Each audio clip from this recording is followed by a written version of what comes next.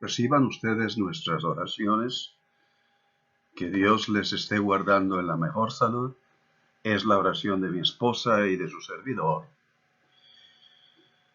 Pero les suplicamos a ustedes que continuemos orando unos por otros y aún por aquellas personas con las que nuestras relaciones están fracturadas inclusive. Oremos por ellos, porque dice la Escritura que nuestras oraciones van mucho más allá,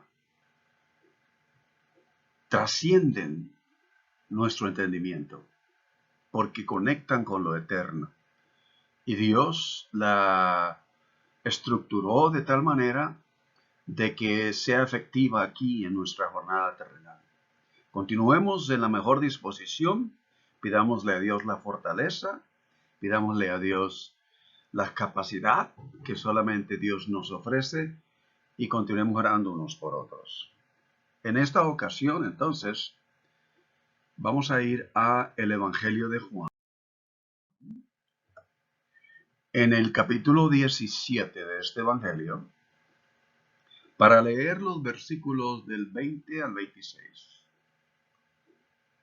Jesús dirige sus palabras en el discurso de despedida en los capítulos anteriores, del capítulo 13 al capítulo 16, y se las dirige a sus discípulos. Y hay una gran profundidad de mensajes en todas estas palabras de Jesús. Permanecer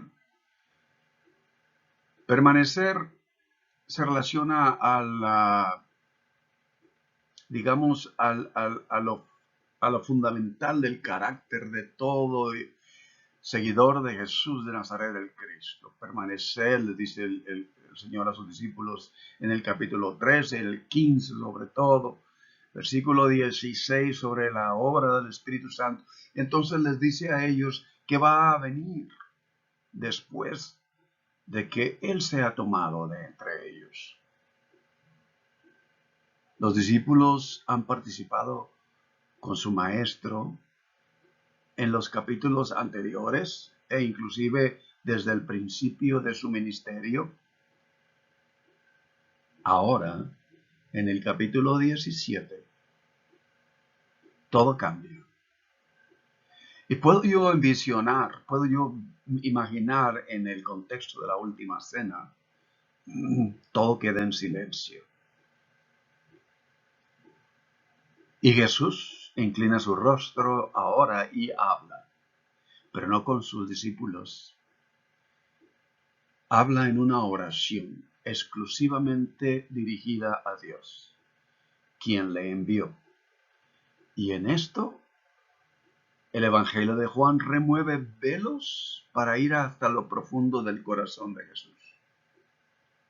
Los discípulos, como nosotros que leemos esta narración, tenemos solo una parte, un rol, digamos, aquí en estos versículos. Y eso es de escuchar.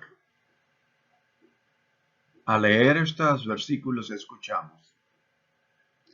Aun cuando los discípulos tengan la ventaja de haber visto, hablado con Jesús de Nazaret, el ser humano en aquel primer siglo, contemporáneo, ellos de Jesús de Nazaret, la gran ventaja que tienen sobre nosotros en 21 siglos después.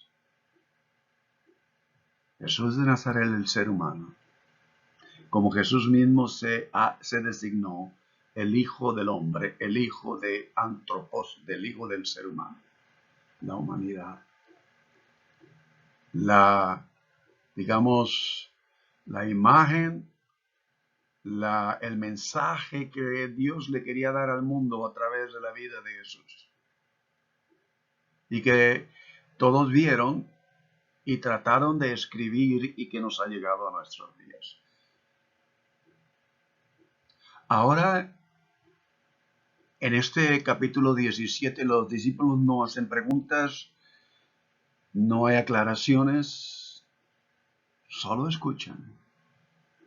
Y quizás al escuchar en sus mentes como las nuestras, puede haber habido estas preguntas, un sinnúmero de preguntas, digamos, en ese momento.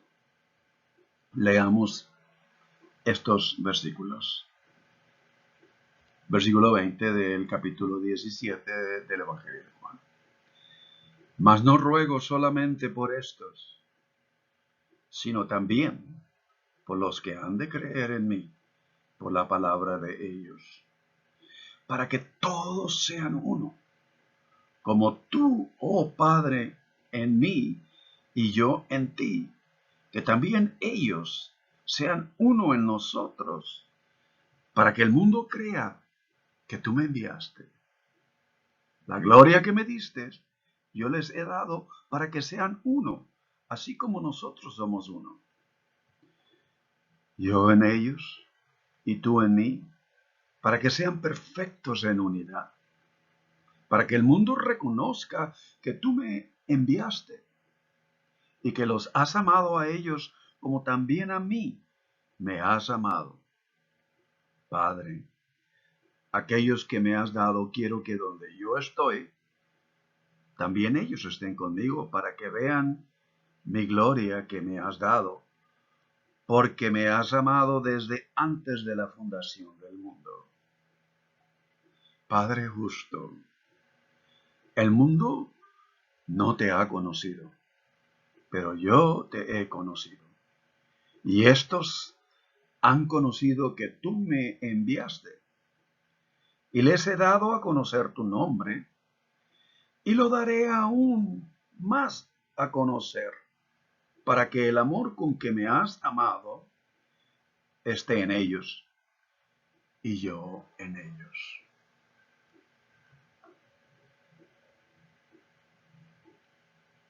En las últimas palabras de la oración de despedida con sus discípulos, en este contexto de la última cena, Jesús prevé que su círculo algún día se expandirá para incluir a muchos otros más. Por lo tanto, su oración no es solo por ellos, sino también por los que seguirán después de ellos. Y su oración trasciende continúa a través de los siglos hasta nuestros días. Y ora entonces por todos nosotros y después de nosotros, otros que vengan detrás de nosotros estarán haciendo eco a estas palabras. Jesús oró por todos nosotros. Sus palabras anticipan un dilema de pensamiento. ¿Podrán las generaciones posteriores de cristianos que no forman parte del círculo que se encontró por primera vez con Jesús en el primer siglo experimentar el mismo tipo de unidad con Dios y con Cristo que aquellos lo experimentaron a través del cual los llevaron hacia la fe, hacia creer en Jesús? Versículos 20 y 21. Esa plenitud de la experiencia sagrada y la comunión entre los creyentes a través de las generaciones es el deseo expreso de Jesús en esta oración. Los versículos 22 y 23 indican que la gloria de Cristo se da tanto a sus primeros discípulos como a sus hermanos y hermanas posteriores a través de los siglos, a través de generaciones. Una unidad no solo por el hecho de contener en sí misma una armonía y conexión absoluta, sino principalmente para testimonio a todo el mundo. La gloria que me diste, dice el versículo 22, yo les he dado para que sean uno como nosotros somos uno. Yo en ellos, tú en mí, para que lleguen a ser completamente uno, para que el mundo sepa que tú me enviaste y los has amado como me has amado a mí. Esa es la calidad del amor eterno, que no disminuye desde su fuente principal, que es el creador de todo lo que existe, quien fue el que envió a Cristo.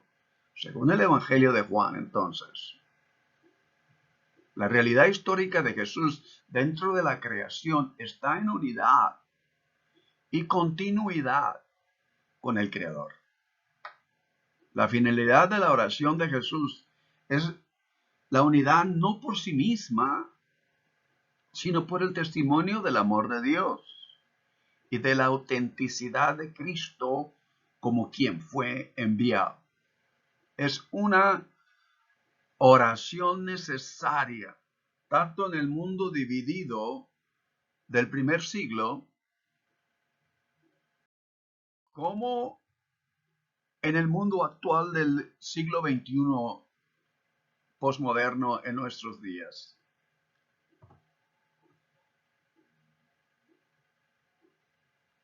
Tal oración ha sido perennemente relevante en la energética historia y conflictiva historia del cristianismo. Juan Crisóstomo, ustedes se darán cuenta y quizás lo han leído, Juan Crisóstomo, obispo o líder principal de Constantinopla, a fines del siglo IV después de Cristo, parafraseó las palabras de Jesús diciendo que si los discípulos mantuvieran la paz entre ellos que habían testificado, aprendido de Jesús, la gente que los rodeaba reconocería al Maestro por medio de ellos, de los discípulos, y a la vez sugiriendo, por otro lado, de una manera deliberada, que los conflictos de esos mismos discípulos haría que las personas que los viera muy posiblemente negasen que son discípulos de un Dios de paz y no permitirían que Jesús, no siendo pacífico porque lo identificarían con sus discípulos, haya sido enviado por Dios. Esto es el conflicto interno de la historia cristiana. El obispo que habló estas palabras, no siendo ajeno a las peleas de la iglesia, los conflictos de la iglesia, parece haber hablado con voz irónica de su propia experiencia. En el centro de las controversias de largo tiempo, a través de los siglos inclusive, han estado cuestiones tales como si la comunión con Dios y otras personas es producto de la voluntad humana o de la gracia divina o de ambas, que tanto el ser humano participa de su propia voluntad, que tanto está Dios envuelto en esto. Las disputas han incluido a veces debates sangrientos sobre la naturaleza de Cristo, y es la misma que la naturaleza, de acuerdo a estos conflictos, de aquel que lo envió, o quizás ¿Qué tanto de divinidad hay en la naturaleza de Jesús? O quizás es la misma que la de los humanos a quien está poniendo en comunión con Dios. Sin embargo, y eso es muy importante reconocer, a pesar de las perspectivas teológicas diferidas y a veces muy intensamente conflictivas, sigue surgiendo un anhelo por una unidad más profunda entre los seguidores de Cristo. Y esta es testimonio obvio de la manera en la que Dios creó al ser humano para realizarse. Dios es el único que va a finalmente traer al ser humano a una liberación Podemos decir salvación, podemos decir redención, a un lugar en donde la capacidad humana llegue a desarrollarse plenamente. Por lo tanto, en el siglo III después de Cristo, otro líder en Alejandría, Orígenes, aunando la filosofía griega en la que se instruyó y la fe cristiana, sugirió que la unidad de la Iglesia prefigura la unidad futura de toda la humanidad. En otras palabras, la unidad de los discípulos es una forma de la eventual restauración de la unidad para toda la humanidad. Cuando los cristianos son uno, cuando se logra esta armonía entre los cristianos, digamos, son uno entre unos y otros, hay una unidad, hay un propósito, aun cuando continúe la diversidad de pensamientos, sentires, porque Dios hizo eso muchas veces al observar un árbol y observar toda una foresta. En ocasiones pienso, todos son árboles, pero no son idénticos a unos de otros. Y por lo tanto, cuando hay esa unidad, la unidad seguramente permite que el mundo vea al Maestro de paz a través de esa experiencia. Jesús, como sugirió asediado, digamos, obispo de Constantinopla, Juan Crisóstomo, a fines del siglo IV. Envisionamos con todos los líderes cristianos a través de los siglos la forma en que la unidad entre los seguidores de Cristo puede ofrecer un modelo de un mundo mejor para toda la humanidad. Una raza humana finalmente restaurada, finalmente sanada, aún por venir. Uno de mis muy queridos maestros en mis estudios posgraduados ahí en el seminario dijo una vez, me encanta ver la Tierra desde el espacio, porque cuando veo la Tierra, cuando veo los continentes, no veo fronteras, solamente veo todo el continente. Nuestros momentos de unidad con Dios y con el prójimo nos permiten esperar la eventual reconciliación y unidad de toda la humanidad. Una visión de una iglesia unida y hacia una visión en marcha, hacia una visión de una humanidad reconciliada, justa y finalmente pacífica. Ambos están en consonancia con el espíritu de la oración de Jesús en esta narración que hemos leído. Incluso mientras trabajamos fervientemente por la unidad entre los cristianos y por un mundo más justo y pacífico, a la vez, y esto es muy importante, debemos ser conscientes del costo de la unidad por la que Jesús oró en esta narración de Juan, Evangelio de Juan. Y si nosotros vemos detenidamente, hay dos palabras en estos versículos de este breve pasaje. Y estas dos palabras merecen ser subrayadas. Una es gloria y la otra es amor. Jesús habla en este pasaje de compartir su gloria con sus discípulos, como ustedes han leído.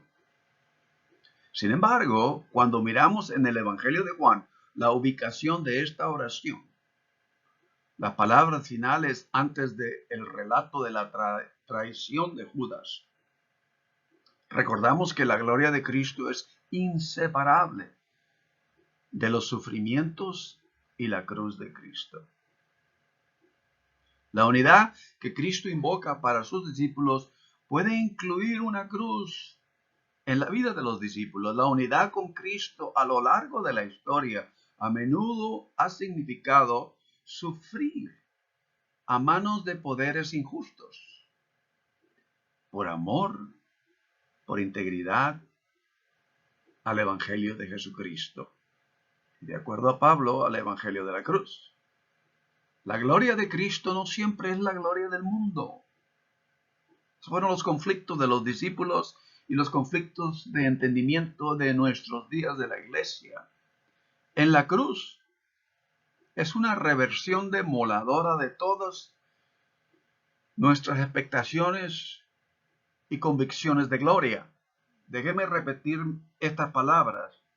En la cruz encontramos una reversión totalmente de construcción demoledora de todas nuestras expectativas idólatras convencionales de gloria.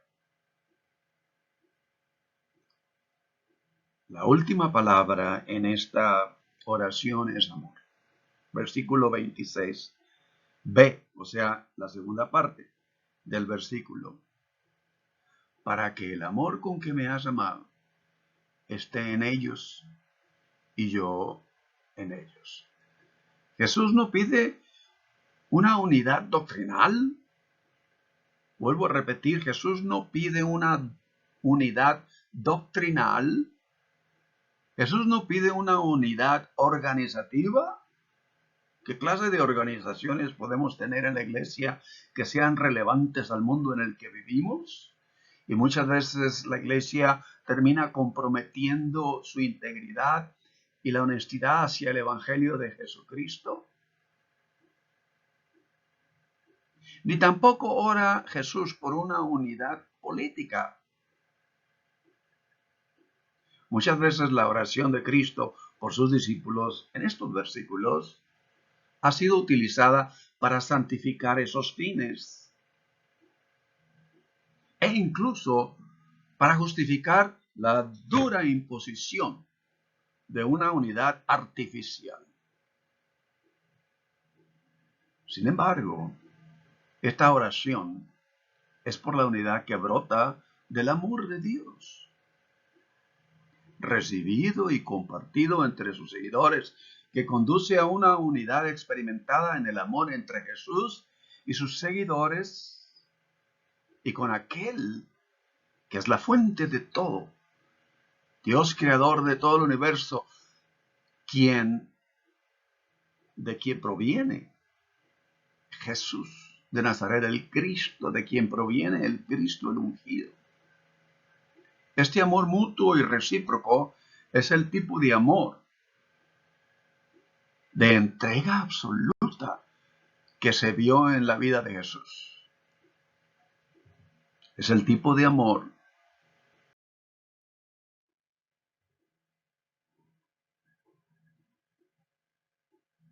que es tanto una decisión, y esto es muy importante, y yo quisiera no pasar esto rápidamente de paso. Este amor es el tipo de amor que es tanto una decisión como una convicción justa. En otras palabras, correcta. Eso es lo que el Torá quiere decir, la ley, la revelación de Dios a Moisés, quiere decir una manera justa, correcta de vivir. Por lo tanto, puede manifestarse en la vida del seguidor de Cristo como una emoción exuberante, que esa fue nuestra experiencia cuando vinimos a Cristo la primera vez. Una transportación, un éxtasis a otra dimensión muy espiritual que impacta nuestras emociones. Pero esta es la clase de amor que se puede ordenar, como también un amor que a veces se manifiesta dócilmente y carismáticamente. Y a otras veces se trata más de ser fieles. Y se manifiesta en un firme compromiso en nuestras decisiones y en nuestras elecciones.